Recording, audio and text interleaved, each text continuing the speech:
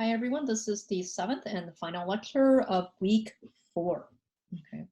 Again, you can listen to this as an audio, and it's best to have read Genesis 23 before you listen to the lecture. Okay.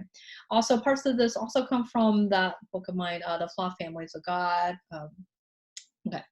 After the Akedah, the story of Abraham and Sarah rapidly come to a close with the notice of Sarah's death in Genesis 23. Sarah's death, to some degree, should not really come as a surprise. I mean, she's already pretty advanced in her years when we meet her in the text. We're told that she is, and she's, of course, 127 years old when she dies. Okay. Yet, despite our awareness of her age, her death still seems kind of sudden, in part because there's no buildup.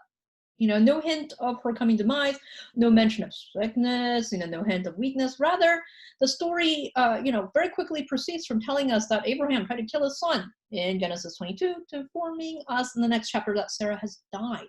Okay. Indeed, so sudden is this kind of jump that some interpreters link the two events together, suggesting that Sarah died from shock, after discovering that her husband tried to kill her son. Okay. Indeed, in the next couple lectures, I'm going to discuss some of the kind of lingering ramifications of the Akedah on the family. Now, the unexpected nature of Sarah's death, maybe this resonates with some of us. It might be that the death of anyone close to us, no matter how old or what circumstance, even with illness, will always seem sudden and unexpected. Or maybe that we realize that everyone gets old and everything. There are some people maybe who are so crucial, so necessary to us and our place in the world that their death still kind of catches us unaware, still feels really sudden, too soon. Okay. A lot of people say that the death of a parent feels this way. Despite the suddenness of Sarah's death, the biblical text is it's not really clear, again, about the emotional, how the main characters feel about her demise, okay? And again, what you'll see in the biblical text a lot of the time, most of the time, except for one place, the biblical text is very succinct, okay? It doesn't waste words, and whenever it repeats or emphasizes, there's a reason why the writer is doing that. Otherwise, the writer, makes a very short tale, okay? Sometimes maybe too short, okay, because we don't get to find out anybody's emotional state. Okay. So rather than telling us about Abraham's grief, the text recounts in several verses how Abraham purchased this field, okay, called the Machpelah, as a family burial site. Okay, and then in the next chapter, we'll see, Abraham does this kind of second move after Sarah's death, which is to look for a wife for Isaac. And we'll talk about that in the next video. Maybe we're supposed to kind of get what Abraham's feeling from, these actions, perhaps in detailing the logistics of the burial. The biblical text reflects both the kind of mundane things that have to be arranged when someone dies, okay, and also maybe the comfort that this can provide. Okay, maybe when reading Abraham's actions speak to a kind of despair or sadness and numbness. He's lost his spouse of many, many, many decades. Maybe he's just trying to keep it together by keeping busy. Okay, or maybe we can read in here this kind of burden of masculine expectations. You can't, the patriarch, you can't expect him to express his feelings, right? So what does he do? He just kind of does stuff. Okay. Or maybe, again, the text is very silent, right? Maybe Abraham doesn't feel that sad, Remember, there were some indications, especially the lack of communication between Sarah and Abraham. Maybe this is all a hint they didn't have the best marriage. Again, not clear, right? What we do know is that Abraham, after Sarah's death, quickly goes on to marry another woman, so he, he gets a third wife, and indeed has children by her, so... Okay.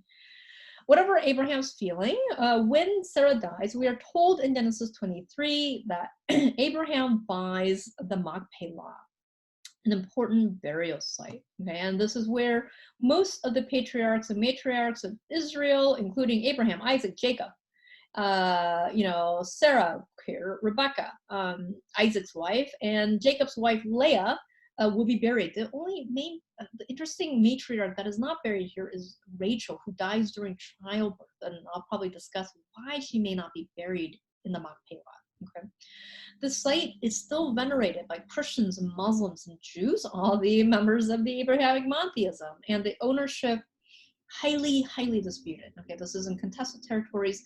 There's been some brutal shootings there because it's in contested territories. Okay.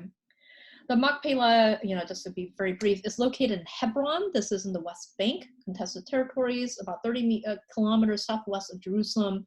It used to be a Canaanite holy town, holy city. So what you have in the Middle East and all over the world is one holy site being kind of reused over and over again by other religious traditions, okay, as a kind of marker of, colonization, and also because there's something to it that already signifies that it's holy ground. Okay.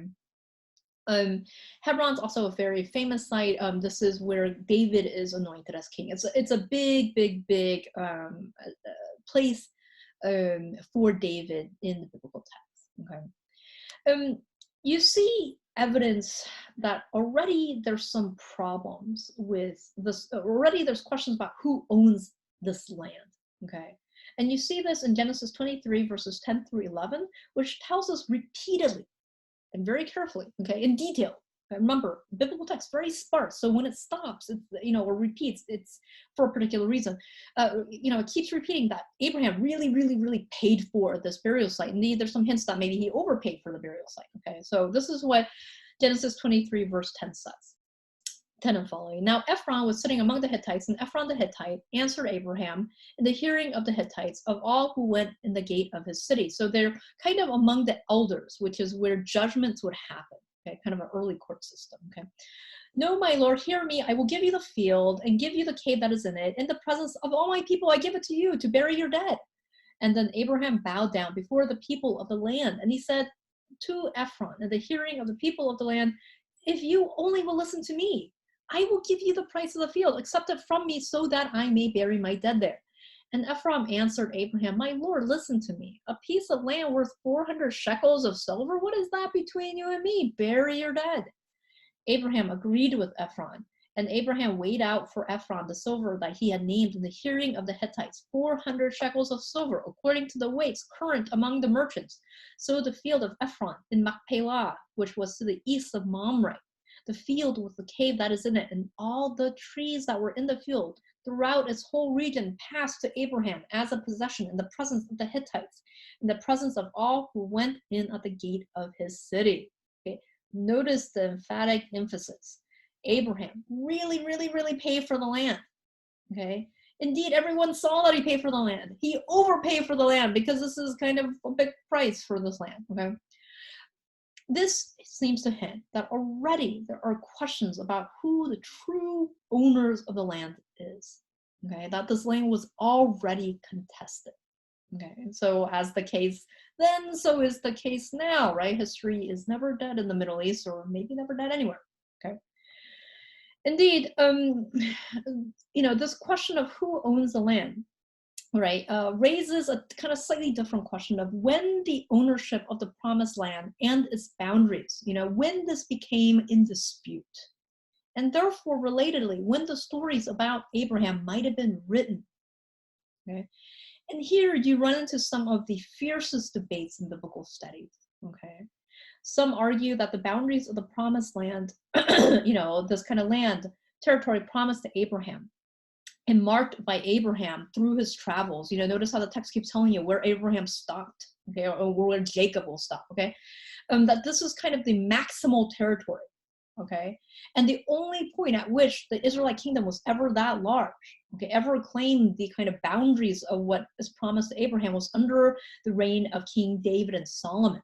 So some scholars, as a result, say, well, these stories about the patriarchs, this is from the time of David and Solomon, that this is a kind of propaganda, okay, retrojected to the time of Abraham, okay, to justify David and Solomon's rule. Okay, remember that both David and Solomon are not the oldest, but become king, right? And notice the favoritism shown to kind of the second-born children, in the patriarchal narratives. So it's used to justify why David and Solomon get to rule. It's also justified, used to justify their colonialism. Okay, it's also used to justify or legitimate the large territories they ruled or want to conquer. Okay, so some say, well, this has to be from the time of David and Solomon. Other scholars date the Abrahamic stories later.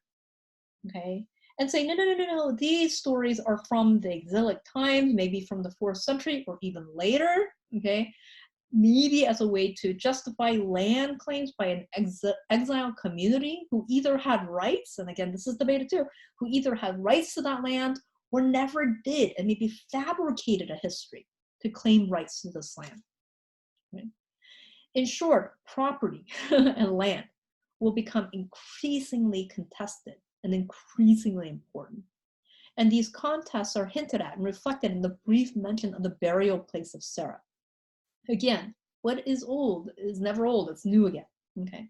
And this question about the promised land, who owns the land? Okay. Especially in Israel, it continues to this day.